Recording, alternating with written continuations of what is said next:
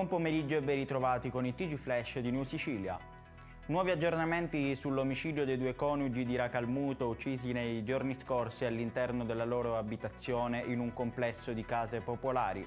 Pare che sulla mannaia da macellaio utilizzata da Salvatore Sedita, figlio delle due vittime, per trucidare Giuseppe Sedita, 66 anni, e la moglie Rosa Sardo, di 62, vi sia un'impronta.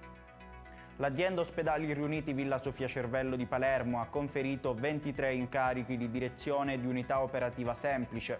Prosegue dunque il processo di definizione dell'assetto organizzativo in linea con quanto previsto nell'atto aziendale per conferire una sempre maggiore efficienza ai servizi offerti dall'azienda in risposta ai bisogni di salute.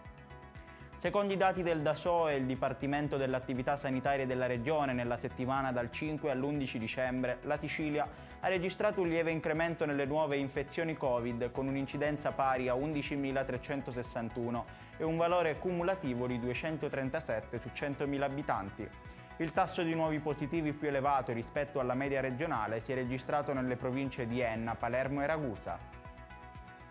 Un enorme acquario cilindrico ospitato dall'hotel Radisson Blu di Berlino nei pressi di Alexanderplatz è esploso per motivi ancora da accertare. La vasca, alta 16 metri, conteneva 1 milione di litri di acqua e 1500 pesci tropicali.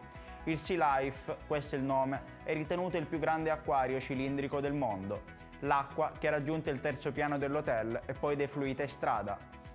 Ed è tutto per questa edizione, il prossimo appuntamento sarà alle ore 18.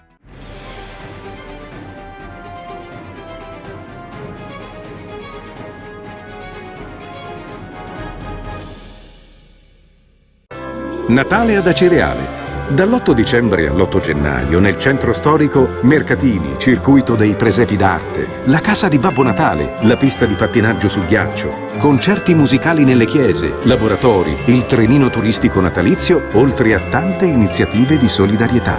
Il 24 dicembre alle ore 20 Uzzukku, tradizionale accensione. L'amministrazione comunale augura buone feste.